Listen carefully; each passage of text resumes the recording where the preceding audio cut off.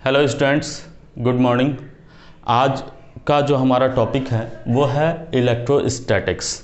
तो आइए समझते हैं इलेक्ट्रोस्टैटिक्स क्या है। इसको जानने से पहले हमें जानना होगा कि चार्ज क्या होता है, व्हाट इज चार्ज। तो हम चार्ज को ऐसे डिफाइन करेंगे, it is the property of material.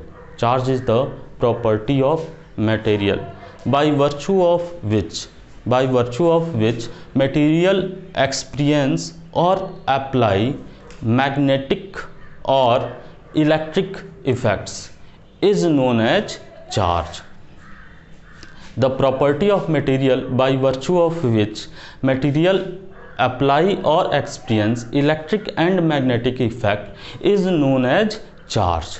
Charge क्या है? तो एक प्रॉपर्टी है मटेरियल का जिसकी वजह से ये इलेक्ट्रिक या मैग्नेटिक इफेक्ट फील करता है या अप्लाई करता है, एक्सपीरियंस करता है या किसी दूसरे मटेरियल पे अप्लाई करता है।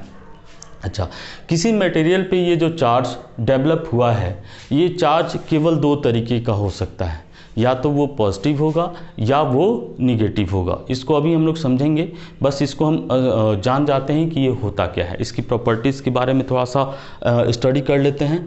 ठीक, अगर चार्ज किसी मटेरियल, दो मटेरियल हैं और दोनों पे सेम चार्ज है, लाइक चार्ज है, तो ये दोनों आपस में एक दूसरे को रिपेल करेंगे। अगर अनलाइक चार्ज है, अपोजिट चार्ज है, तो ये एक दूसरे को अट्रैक्ट करेंगे। अगर किसी मटेरियल पे अनलाइक चार्ज है तो वो एक दूसरे के इफेक्ट को क्या करेंगे, कैंसिल करेंगे। और सेम अमाउंट ऑफ चार्ज हैं दोनों मटेरियल पे, तो एक दूसरे को इफेक्ट को कैंसिल करके वो क्या हो जाएंगे, न्यूट्रल। दो तरीके के चार्ज, तो एक चार्ज को कहा गया पॉजिटिव और एक को कहा गया निगेटिव चार्ज। और ये पॉजिटिव और negative charge American scientist Benjamin Franklin ने दिया चार्ज को नाम, पॉजिटिव और निगेटिव। तो आइए समझते हैं कि किसी भी मटेरियल पे चार्ज डेवलप कैसे हो रहा है।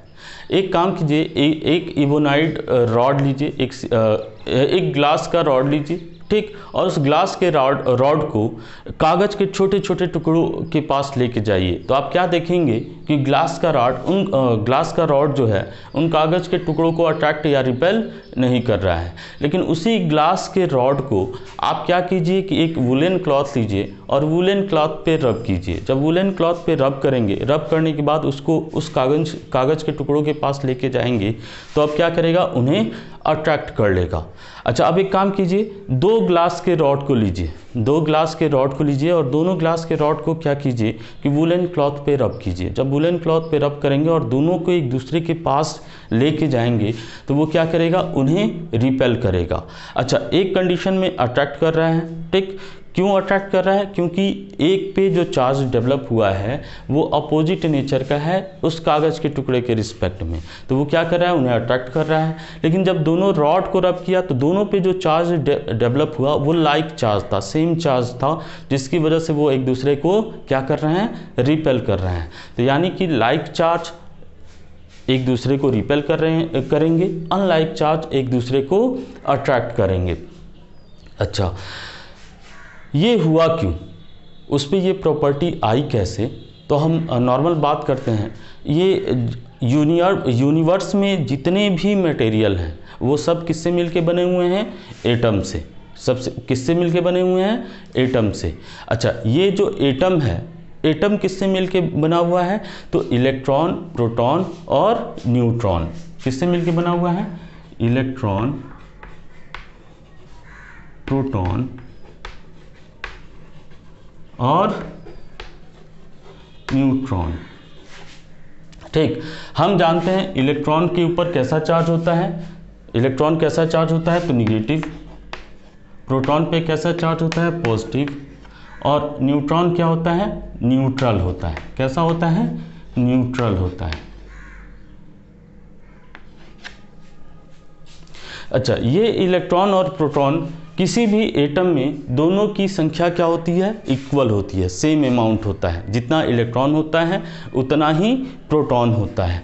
अच्छा, ये मान लीजिए कोई एटम है, उसका ये इलेक्ट्रॉन, ये जो प्रोटॉन और न्यूट्रॉन है, ये कहाँ होते हैं, किसी भी एटम के न्यूक्लियस में। न्यूट्रॉन हो गया और ये प्रोटॉन हो गया। किसी भी एटम के न्यूक्लियस में और इसकी चारों तरफ सेल होते हैं जिसमें इलेक्ट्रॉन क्या करता है, इस न्यूक्लियस के चारों तरफ रिवॉल्व करता है और ये इलेक्ट्रॉन अपने सेल को छोड़ के बाहर नहीं जाता। क्यों नहीं जाता? क्योंकि न्यूक्लियस के द्वारा वो एक फोर्स से, अट्रैक्शन फोर्स से बाउंड होता है, इसीलिए वो इलेक्ट्रॉन इस अपने सेल को छोड़ के बाहर नहीं जाता। लेकिन अगर किसी तरीके से हमने इसको एनर्जी दे दी, अगर एनर्जी दे दिया और इस अट्रैक्शन फोर्स से वो एनर्जी ज़्यादा है, तो ये इलेक्ट्रॉन अपने सेल को छोड़ के क्या हो जाएगा, बाहर निकल जाएगा और इसी इलेक्ट्रॉन को हम कहते हैं फ्री इलेक्ट्रॉन। तो जैसे कि हमने क्या किया कि जब एक रॉड को वूलन क्लॉथ पे रब किया तो हमने वहाँ रब करने से फ्रिक्शन की वजह से वहाँ हीट एनर्जी डेवलप हुई और वो हीट एनर्जी दोनों मटेरियल में से जिस दोनों मटेरियल के इलेक्ट्रॉन्स के आउटर सेल के इलेक्ट्रॉन के पास गई और जो आउटर सेल के इलेक्ट्रॉन जो लूजली बाउंड थे, जिस मटेरियल में लूजली बाउंड थे, वो इजीली अपना सेल छोड़ के क्या हो गए, बाहर निकल गए और वो क्या हो गए, किस फॉर्म में कन्वर्ट हो गया, फ्री इलेक्ट्रॉन के फॉर्म में, और वो अपने मटेरियल को छोड़ के दूसरे मटेरियल पे चले गए। अब ऐसा होते ही क्या हुआ कि जिस मटेरियल को छोड़ के गए, वो जिस मटेरियल से वो बाहर निकले, वहाँ पे इलेक्ट्रॉन की संख्या कम हो गई, प्रोटॉन की संख्या उतनी ही रही। तो मान लीजिए कि कोई एटम है जिसमें नंबर ऑफ इलेक्ट्रॉन्स 10 हैं, तो उसमें नंबर ऑफ प्रोटॉन्स क्या होंगे, 10 होंगे, सेम होंगे इनिशियल कंडीशन में। लेकिन अब क्या हुआ कि इससे 2 इलेक्ट्रॉन माइनस हो गए, तो अब इसके पास कितने इलेक्ट्रॉन बचे, 8, लेकिन प्रोटॉन कितने थे, 10। प्रोटॉन पे क्या चार्ज होता है, पॉजिटिव। प्रोटॉन की संख्या बढ़ गई, इलेक्ट्रॉन की संख्या क्या हो गई, कम हो गई।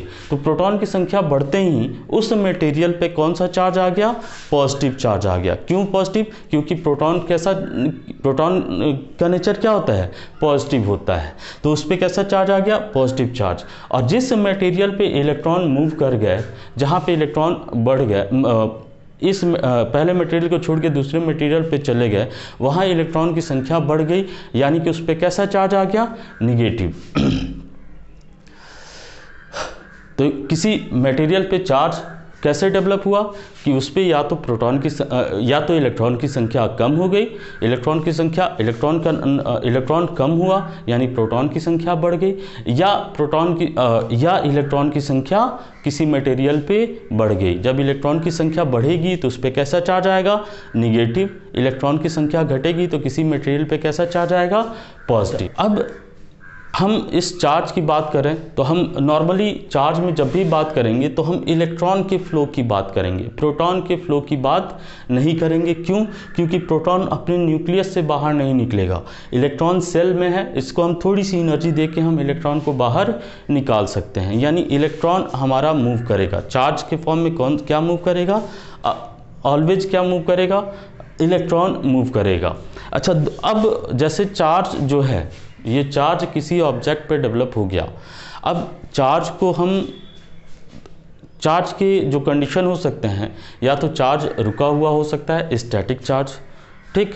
और स्टैटिक चार्ज के बारे में, स्टैटिक चार्ज के बिहेवियर और उसकी प्रॉपर्टी के बारे में फिजिक्स के जिस ब्रांच में हम स्टडी करते हैं उसी को हम कहते हैं इलेक्ट्रोस्टैटिक। इलेक्ट्रोस्टैटिक होता क्या है, तो branch of physics in which we study the behaviour and properties of charge at rest, in which we study the behavior and property of charge at rest is known as electrostatics। अच्छा, जिसमें हम charge के motion की वजह से उसके behaviour और property की स्टडी करेंगे, जिस फिजिक्स के ब्रांच में, उसको कहेंगे हम इलेक्ट्रोडायनामिक्स। अच्छा, तो चार्ज अगर रेस्ट में है, ध्यान से समझिएगा, चार्ज अगर रेस्ट में है तो अपने चारों तरफ एक फील्ड जनरेट करेगा, अपने चारों तरफ एक रीजन जनरेट करेगा, जिसमें अगर कोई दूसरा चार्ज पार्टिकल आएगा तो या तो अट्रैक्शन फोर्स फील करेगा या रिपल्सन फोर्स फील करेगा। ये जो चार्ज के चारों तरफ का फील्ड होगा इसको हम कहेंगे इलेक्ट्रिक फील्ड। ठीक। तो अगर चार्ज रुका हुआ है तो वो केवल एक इलेक्ट्रिक फील्ड ही जनरेट करेगा, लेकिन अगर वही चार्ज मोशन में है, फ्लो कर रहा है, तो अब मोशन दो तरीके का हो सकता है, या तो यूनिफॉर्म मोशन में होगा यानी कि इक्वल टाइम इंटरवल में इक्वल डिस्टेंस ट्रेवल करेगा, या वो एक्सेलरेटेड मोशन में होगा यानी उसकी स्पीड टाइम के अनुसार बढ़ती जाएगी। ठीक। तो जब चार्ज मोशन में है, ठीक, और कैसा मोशन है, यूनिफॉर्म मोशन है, तो उस कंडीशन में वो इलेक्ट्रिक फील्ड अपने चारों तरफ एक इलेक्ट्रिक फील्ड जनरेट करेगा, साथ ही साथ मैग्नेटिक फील्ड भी जनरेट करेगा। ठीक।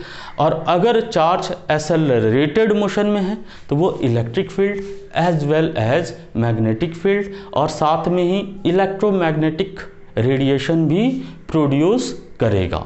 कि ये जो चार्ज किसी मटेरियल पे जब कोई चार्ज डेवलप होगा, किसी या तो चार्ज आएगा या वहाँ से चार्ज निकल के मतलब चार्ज डेवलप होगा यानी कि प्लस चार्ज या माइनस चार्ज, तो ये मटेरियल के सरफेस पे ये सरफेस फिनोमिना होता है और मटेरियल के सरफेस पे इक्वली डिस्ट्रीब्यूटेड होता है। कैसा डिस्ट्रीब्यूशन होता है, इक्वल डिस्ट्रीब्यूशन होता है। ठीक। चलिए आज के लिए बस इतना ही, बाकी कल बात करेंगे हम।